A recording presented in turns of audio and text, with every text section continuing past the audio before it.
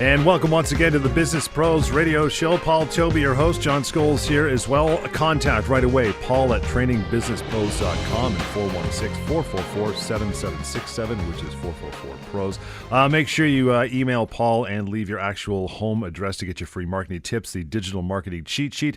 We talk about this every week for good reason. It's full color, it's laminated, great reference guide. Things like the 7-step client value optimizer system, glossary of digital marketing terms. You gave me one last week, Paul. I still have it. And I keep it in my attaché case with all my show prep. So it's a wonderful piece of stuff to have for sure. It is, yeah. And you mentioned home address, business address will work. Or business address, that'll right. work too. Yeah, just not email. We need more than that because it's physical. You got to send it somewhere, right? So how are you? I'm good, pal. I'm looking forward to today's show. We had a little chat before we cracked the mics open. And you got some stuff to talk about today. In fact, the topic for most of the show will be the 10 things you should absolutely pay attention to when launching a new website. This sounds like, and I know you can, and you're going to expand on this, but I know people who have got, I guess you'd say small businesses, and they've kind of handed the keys over to companies to launch and build a website. It's taken an exorbitant amount of time, and from the get-go, it has turned into a big bowl of wrong. So I know you're going to correct all this today. Well, from a construction standpoint, companies often believe that the people that they're farming it out to know their business. Right. And unless you know enough to pay attention to what they're doing, you don't know enough to ask the right questions. Yep. You don't know what they're doing wrong. You don't know pretty much what they should be knowing. And this was actually prompted by a real world event. So I think a couple of days ago, it had been booked for a while, but I met this client a couple of days ago, and it's a pretty good business. In 6 years, they're currently generating $13 million a year in revenue.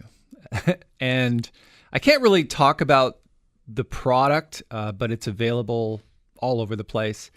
And they do a lot of online business. Mm-hmm. Not all of it is online, but they want to do more. So what they did was they hired a web design company to redesign their, which wasn't necessarily an archaic site, but it wasn't mobile responsive, and it didn't do a lot of the things that they wanted it to do. Needed updating, big time. So they went and they hired a company, and here we are 18 months later, which is... year and a half. Yeah, and I see that so often, It's almost disheartening when I hear stories like this. And it takes less time to build a brick and mortar. Like, honestly. Well, we consider ourselves at Training Business Pros, our agency side, to be some of the fastest in the business. Mm-hmm. We crank out very complicated projects within a month. Right. So 18 months seems very long to me. But anyway, they hired us to look at what had been built and offer our feedback. Okay. What do we think about what they did and how they did it? And so this prompted today's topic, 10 things you should absolutely pay attention to when launching a new website. Right. Because quite frankly, if you're a $13 million a year company and you're about to launch a big project like this, these 10 things are so important to you, and not just you, it's important to every business. And I want to share those things because this is what came out of my conversation. Because it should be watertight at that point. If you're that big a company and you're launching a new website, it should be rock solid, yeah? It should be. Right. So number 10. Yes. And we'll do the Letterman top 10 here. So that's right. Number 10 is analytics. Key traffic pages, behavior flow, source, and audience. Break it down. What does it mean? Well, you can't just rebuild a website. You have to look at the current analytics. And analytics, in this case, just open up Google Analytics. Hopefully it's been installed properly. In this case, it was. So that's good. The most important thing to me is where's the current traffic going and where did that traffic originate from? So if it's originating from Google search, if you build a new website and you neglect to keep that traffic flowing to key pages that are already getting traffic, then that's a big mistake. Okay. And they were about to make that mistake. So for example, they ranked top 2 throughout Ontario for their main keyword search phrase. On Google. On Google. Okay. Which is really That's good. Really good. The only problem with that is that it was that traffic was being sent to the homepage. When I looked at the new homepage that was built, there was no reference at all on that new page to the keyword phrase that they were already ranking for. That sounds so wrong right they away. rebuilt and the main keyword phrase that they put in the title of the page was home. You don't really want to rank for How home. homogenized is that? And, to me, that's just a relatively junior mistake. Absolutely the biggest mistake you could possibly make. And as I'm talking to the client about this, she goes, are you sure? And I'm like, well, I'm looking right at it. And here are the places that your keyword phrase that you're currently ranking for should be at least the same amount of density as the old page. And if not a little bit less or a little bit more. And you don't have any of that. So you're about to lose a significant portion of your search traffic. So step one, key traffic page is wrong. Right. Right.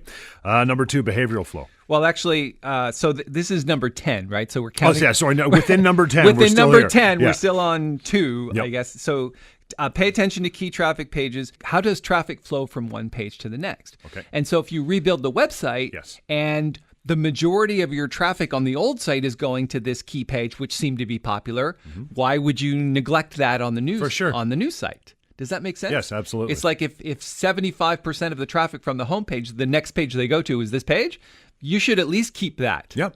And they had not done that. They had that button was completely missing, which was the key button on the homepage in the first place. So pay attention to where your traffic is flowing within the website. Also pay attention to where the traffic originated from. And when we get back after the break, that's number 10. We'll get to number 9 of the most top important 10 things you should pay attention to when launching a new website. That is coming up via email, by the way, Paul at trainingbusinesspros.com. The phone number anytime, 416-444-7767. That is 444-PROS. And make sure you leave a proper address, either business or home, to take advantage of the digital marketing cheat sheet, because it is a physical piece that you want on your desk at all times, so you can get it that way. Lots more Business Pros Radio Show on the way. This is Global News Radio, 640 Toronto.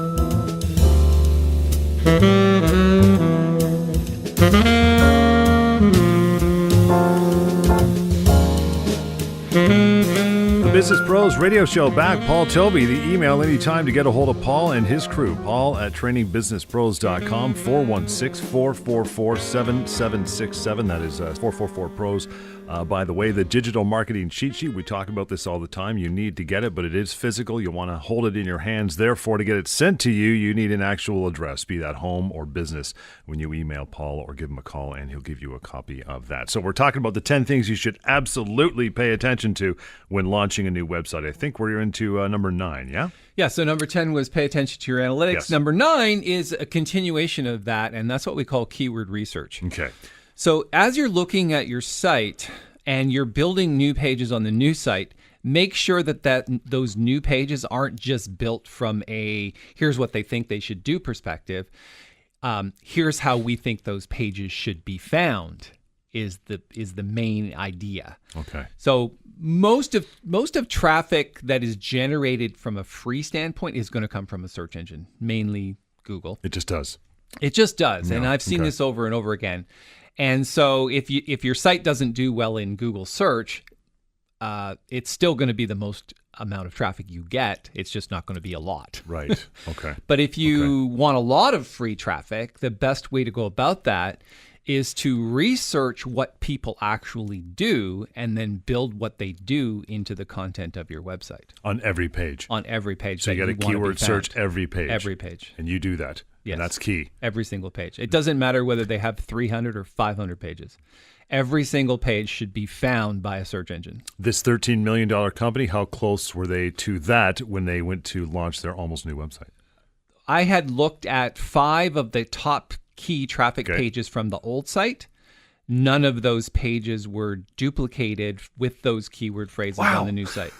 Yeah. What were they doing? They just completely ignored it. It wasn't part of their process, which should be. Part of number 9, paying attention, 10 things you absolutely should be paying attention to when launching a website, on-site optimization. This is kind of part 2 of number 9. What does that mean, on-site optimization? That means once you know what you want that page to be found for, you should know where and how to represent that keyword phrase on that page. It's not, there are certain things you should do. For example, if you think about it like this, content on a web page is pictures, images, video, whatever. Yep. Context is how those things appear to Google. Because That's it's a search engine. It's not a real person. It doesn't go to the web page and go, oh, that's a really nice looking web page. It doesn't do that. It's an algorithm that looks at the context of the way that it's displayed from a textual standpoint. Okay. So if your keyword phrase is a 3-word phrase, where should that page appear? And the top 4 places are title, URL, description, and H1 tag. Is that always that way? If you miss one of those, that's okay. But those are the top 4 places. And then they should be displayed as descriptors of video, descriptors of photos, and even throughout the body of the text. Now, I've actually debunked the myth that you need 1,000 words on a page in order for it to rank. I'm ranked number 1 across Canada for Estimate Digital Marketing. There's a little test. Go and search for Estimate Digital Marketing. If you want to know what it costs, go type in Estimate Digital Marketing. We rank coast to coast for that keyword phrase on Google. Number 1. Oh, number 1. Above all other marketing agencies. And there's only, I believe, 50 words on that page. That's it? That's it. But if you look at the keyword Estimate Digital Marketing, it appears in the title, URL, description, and H1 tag. So that's key. That's key. Does it make a difference where in order of your website that page lands, or you should be doing that with every page you click through? Every page that you want to be found by a search engine should have its own unique keyword phrase that represents the content on that page. The number, by the way, anytime, get a hold of Paul, 416-444-7767 or 444-PROS. That is the number. Email is paul@trainingbusinesspros.com. We are talking about this hour the 10 things you should absolutely pay attention to when launching a new website. Into number 8, it's UXO, right? UXO, okay, user experience optimization. Got it. Right. So we're going to get into this a little bit after the break, but I want to introduce the concept of UXO. So the new Google RankBrain algorithm actually assesses somebody's interaction with a page. So somebody clicks a search result on Google. Google actually follows that person onto your website and tracks what they do. That's how powerful the algorithm is. Yes, I know you're looking at me with a little wide eyes. Yeah. I thought it was Big Brotherish. Yeah, it is. It really is. But it does that. It can't track users that come from Twitter. It can't track users that come from Yahoo. Right. It can only track users from Google, and it does this very well. So what it does is it follows the person onto the site, tracks time on page, things they click, things they do. So when you're building a website, the goal is to increase the amount of interaction that person has with that web page and other pages. Wow. And that's what that's all about. And that's what that's all about. So we'll talk about that a little bit more after the break. I think it's, for me, I know we have it as number 8 in our list of top 10. It should be probably closer to 1, but this is the early stages of design. Okay. So when you're in the early stages of design, like I said, number 10 was look at the analytics from the old site. Number 9, do your keyword research. And number 8, start to build the best user experience on that new site you possibly can. To me, design comes later. Right. You with me? Yep. We'll take a short break and get to more of it. By the way, you want that digital marketing cheat sheet? Very simple. An email will do, paul@trainingbusinesspros.com, or the number 416-444-PROS works well. In addition to that, the Business Pros Radio Show continues after a short break here at Global News Radio, 640 Toronto.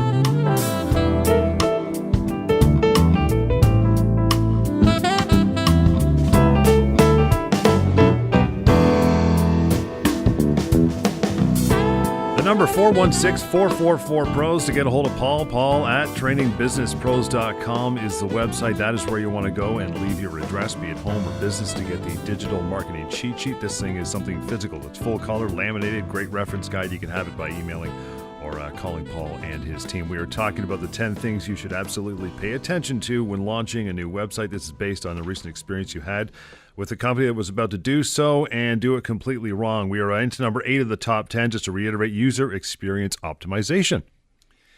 So we had talked about this before the break. User experience optimization, in a nutshell, means how do you get the user, the reader, the person that came from a search engine or came from social media, how do you engage that person and increase the amount of interaction? Okay. So Google looks at that and it analyzes their interaction from what they click, where they hover, how far they scroll, Time spent. how much time they spend on a page, did they watch the video, and if they did, how much of that video did they watch?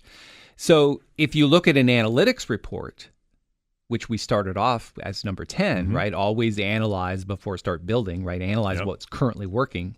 If you look at that analytics report, all of that information is in there. Except for, I mean, it can't really, you need heat maps, which isn't part of the analytics system, and you can install that using other software. Heat maps tell where people click and where they hover and all that kind of stuff, but it does do time on page. It does do behavior flow. So paying attention to that is important. But when you build a new website, user experience optimization means how do we optimize or help the user interact more with the website? If all it is a bunch of words on a page and there's no calls to action buttons, there's no surveys, there's no pop-ups, there's no experience, right? I mean, the more we get people to click, we call those, by the way, micro commitments. Great term. Unlike a marriage. A micro commitment is a series of clicks that a user takes either with their phone, with their finger, or with a mouse, or with a light pen, or whatever they use to navigate. And even this goes for disabled people as well, right? So the user experience is essentially a series of micro commitments which are engaging enough to eventually get them engrossed in what they're doing and where you want them, and then lead them to the sale or the lead or the call to action that you really want to happen. The more things they click, the more things they do, the more they are buying into what and you're absorbed doing by it, and right? absorbed by it. Exactly. These are things you need to know if you're going to be calling Paul very shortly and building a website. It is the top 10 things you absolutely have to pay attention to when launching a new website. Number 7, the guided journey. Fastest way to your destination is?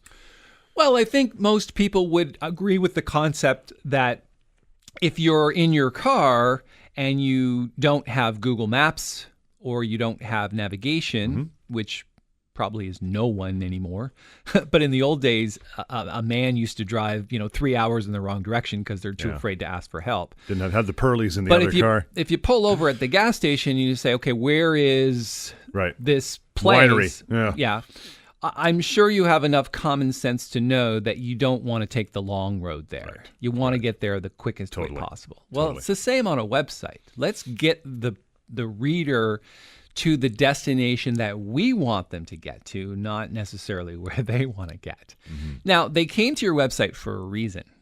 They came there to buy something. They came there to learn something.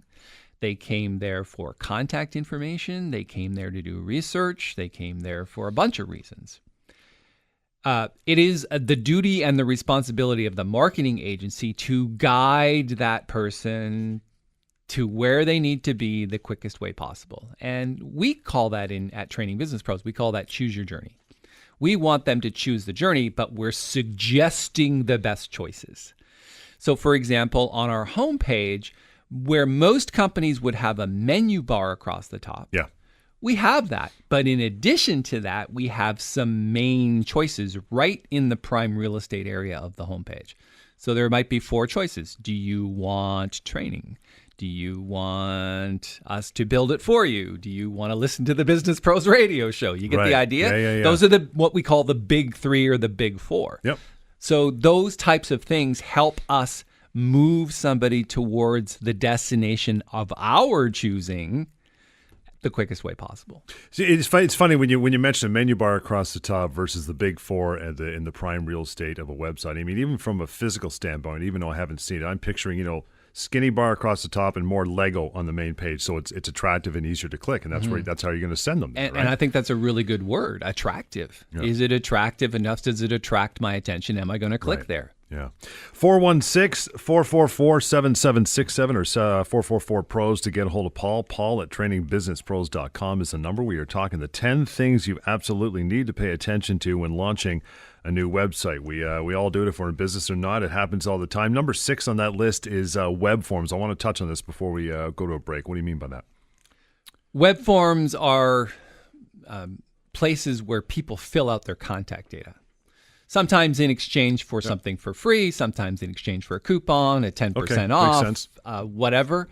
What I find with most websites that are about to launch and where we step in and kind of help companies make better decisions is that they have a distinct lack of web forms in the correct places, and that they also do not style those web forms properly, and they do not lay out the web forms properly for people to engage. And so I'm going to talk about the rules of web forms when we come back after the break, because they're so important. If you don't get customer data, if you're in the service business, nobody's going to come to your website and click a buy now button for a $30,000 service. No.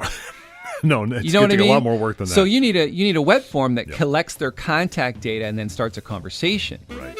Or they can click the phone number. We'll talk about that as well. Mm-hmm. But the layout of the web form and the places that you put it and the things that it does are very important. I'll talk about those after the break. We are talking about the 10 things you should absolutely pay attention to when launching a new website. These are huge. Lots more coming up. We're on to number 6. We'll take a short break. Stand by. The number 416-444-PROS and Paul at trainingbusinesspros.com. It's the Business Pros Radio Show, and it's right here on Global News Radio 640.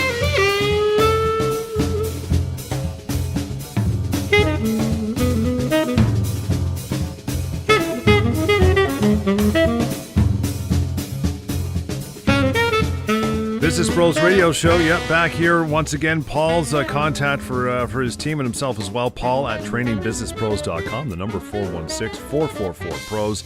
And you want to call and email as well with an address to get the digital marketing cheat sheet. It is a physical copy of that, so we need an actual address where they can send it to, so you can grab it and have it and keep it. Talking about the 10 things you should absolutely pay attention to when launching a new website. We just started to get on to number 6, and this is something I think all of us you could say that fairly confidently have had to do, and that is a web form online. Filling something out, right? Yeah, in our countdown from 10 to 1, this is number 6. Web forms are very important because they collect contact data and they start a conversation. Right. So whether you're using a CRM to automate the conversation, or whether you're getting a human involved in assigning a salesperson or whatever, we can't do much with that person unless we got their contact data. We need an email address, we need a phone number, we need their name, we might need a company name, whatever. So some of the rules on web forms. The biggest mistake that I see, and I just saw this with this website that we were analyzing the other day, is that number 1, they're asking for too much.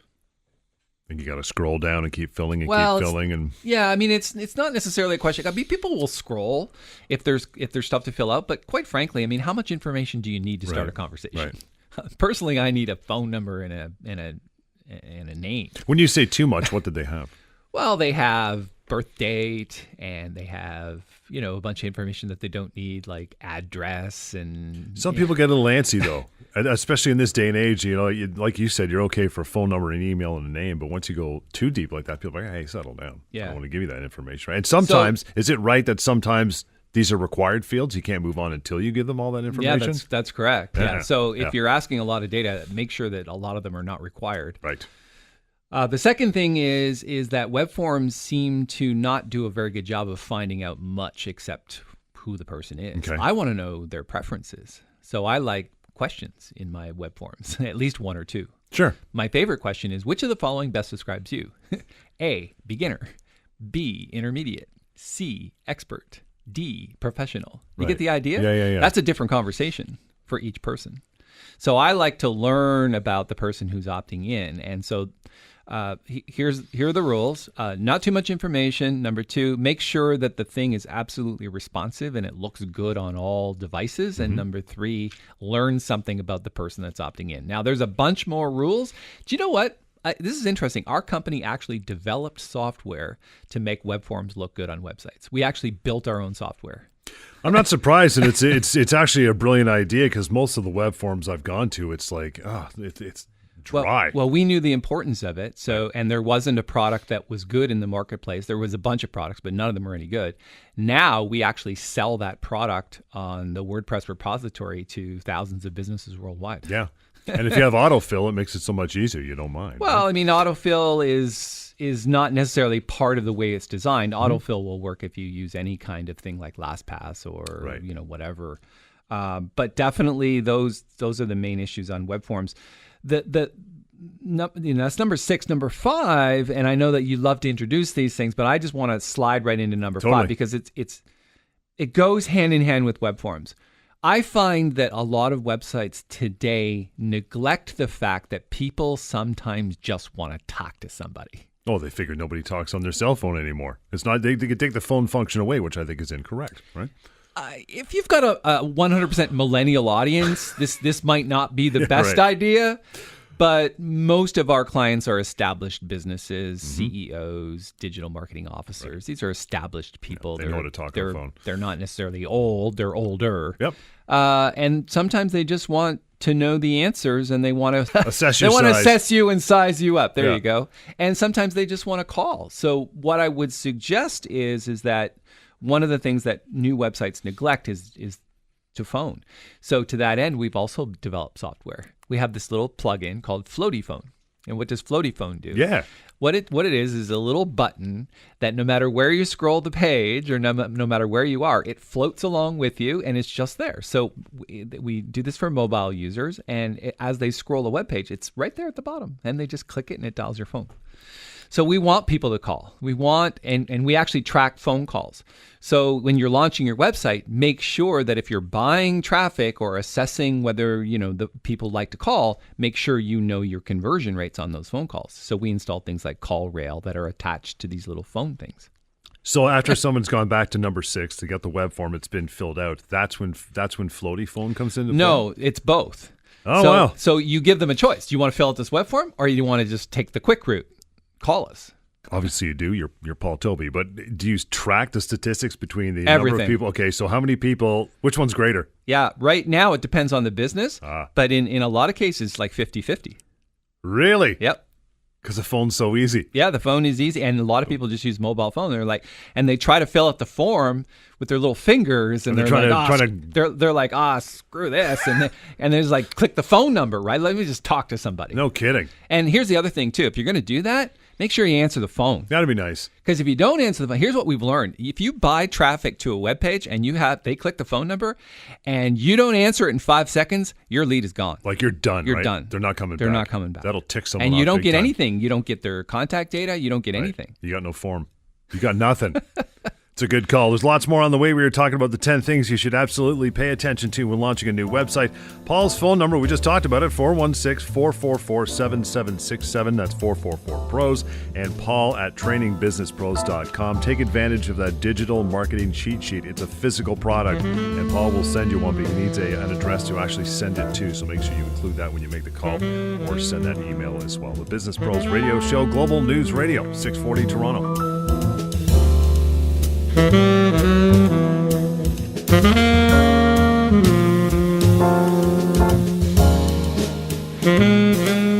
Business Pros Radio Show. The number you need it to call Paul anytime, 416-444-PROS. Paul at trainingbusinesspros.com. You make sure you leave an address when you contact Paul and his crew, and take advantage of the digital marketing cheat sheet. You'll have it on your desk. It's laminated. It's physical, so get that as soon as you can. By the way, we were talking this hour about the 10 things you should absolutely pay attention to when launching a new website. We've whittled our way all the way down to number 4. Number 4, Paul, is Easy Content Management System.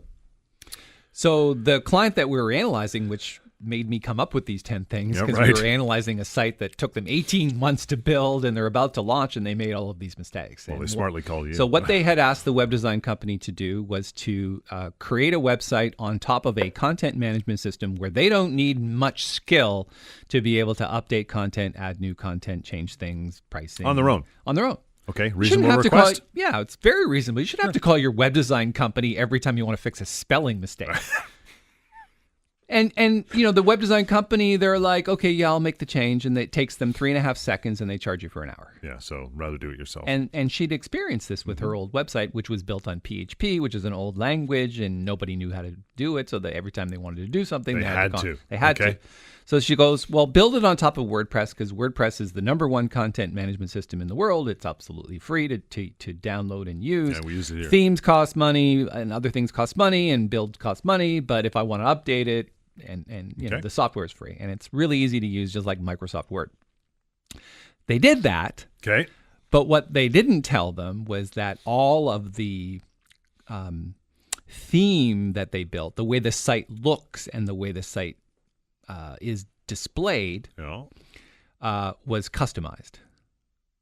So yes, they could update a paragraph here and there, but if they wanted to change advertising or change the look and feel of a web page, they had a banner or something else. A banner, they had no ability to do that. So they were, in other words, they were extremely limited with what they could do. Correct. Not good. So what I always suggest to companies is, and we have a very simple design build process where we're using WordPress, but we're also using drag and drop builders like Theme Fusion and Aveda and things like that, so that allows us to train them very quickly within an hour on how to update their own website. Not just text, but images and paragraphs, images, videos, whatever they want to change, they should have the ability to do that on their own.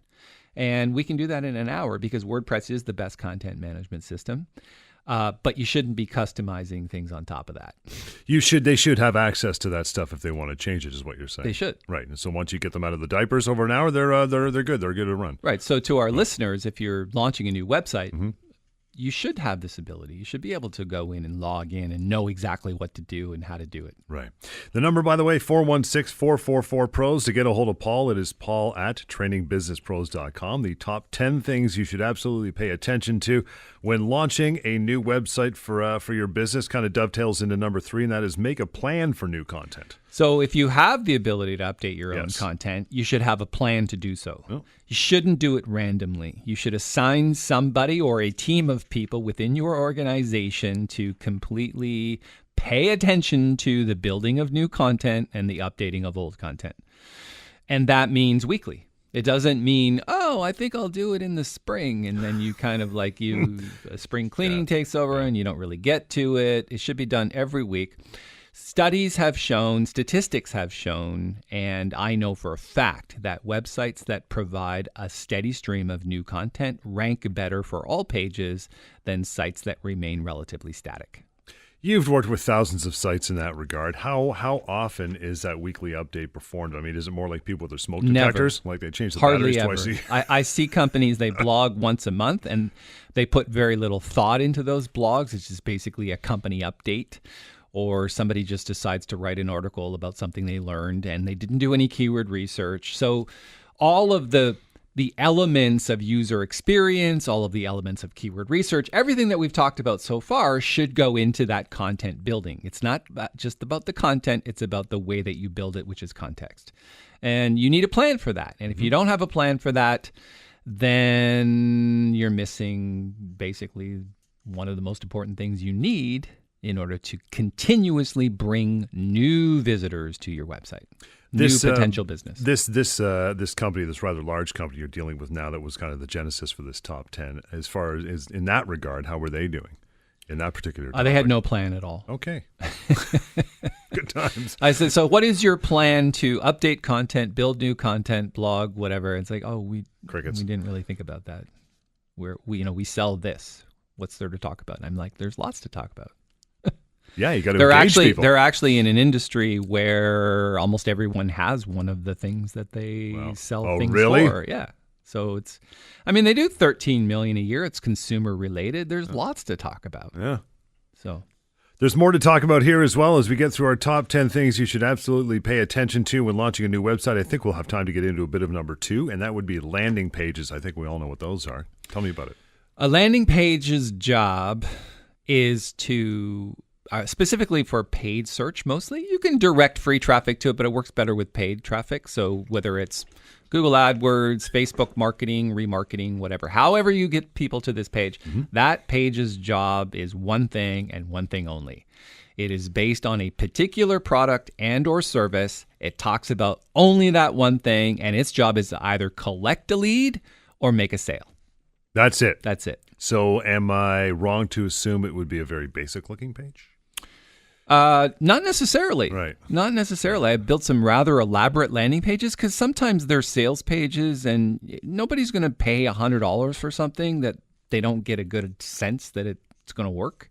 Right. So things like I always like headline, promise, benefit, story, testimonials, deal, bonus, limitation. There's a whole bunch of stuff that a page needs in order to sell something. So whether it's a sales landing page or a you give us your contact data landing page, I just built one for a solar company. They have a total solar solution. And the total solar solution is, let's put some solar panels on your property, on your roof. Let's get you a battery storage system to store that power, because you don't want to be selling everything off to the grid, because, there's a whole bunch of reasons why you need your own battery storage. And by the way, Tesla is doing really well in that area. They built these wonderful home batteries that are, they call them power walls. Right. So this company sells power walls. But then there's the whole management system, which you can do on an iPad, on a cell phone. How do you monitor your power and the usage, and most of what this company does is they create what's called a net zero home. In other words, the electricity that you generate is more than you use, and you sell. Nice. You sell the balance back to the grid. So they're called net zero homes. They actually don't use any grid electricity. Nice. They give to the grid. They give to the grid, right? So they're called net zero homes. And so to create a landing page for that, it's not, we do custom solar solutions, give us your contact data. It's not about that. It's about, well, how do we do that? And what areas do we focus on? And what is a solar solution? So the answer to your question is, can they be rather complicated? Yes, they can. Right. It still needs to be persuasive, but definitely get some good information in there.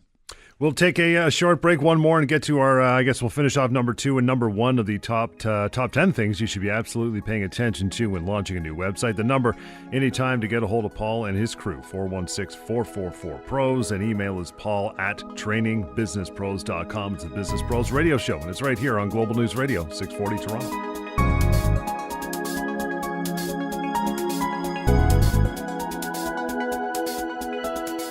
You want to contact Paul anytime, simple, paul@trainingbusinesspros.com, and the number 416-444-PROS. That number, that email address, you want to contact Paul, and leave an actual address, be it your business or your home. Take advantage of the digital marketing cheat sheet. It is full color, it's laminated, it's a physical product, and Paul and his team will get one to you. We were talking about this hour, the 10 things you should absolutely pay attention to when launching a new website, the top 10.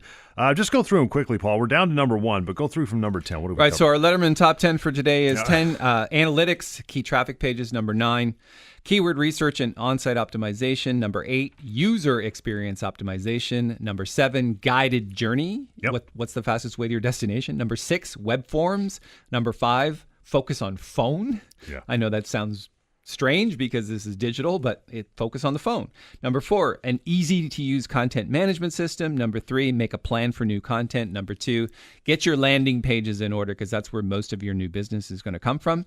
And then number 1. The big drum roll. Yeah, drum roll. That's our budget. If the landing pages collect data, you must have CRM automation to handle that new business. Which is? So a CRM is it's something that manages the contact. Okay. It assigns it to an owner, like a salesperson, and then it automates the discussion between the salesperson and the customer. Okay.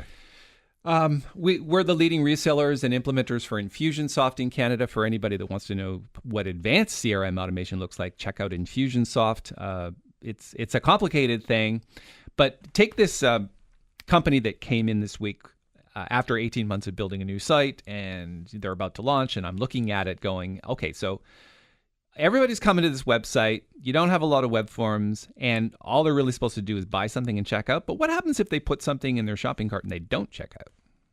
I've done it. Right. Yeah. So then you have what's called cart abandonment automation.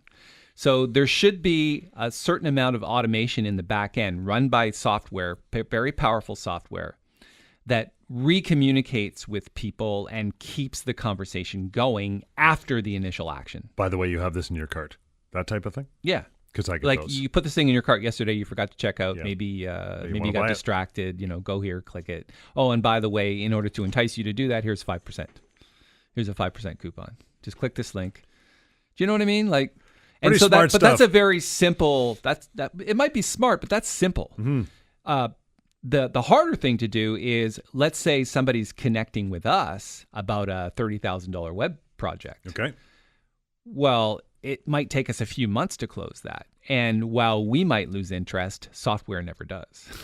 So It's going to continue to follow up with that person and re-engage them over time, maybe give them some more information, have them click some things. We typically don't like launching any project without CRM automation. So that's why it's number one. That's why it's number one. Why it's number it's one. Key to what you do. Because most of the sales will come after the fact. People don't buy when you're ready to sell.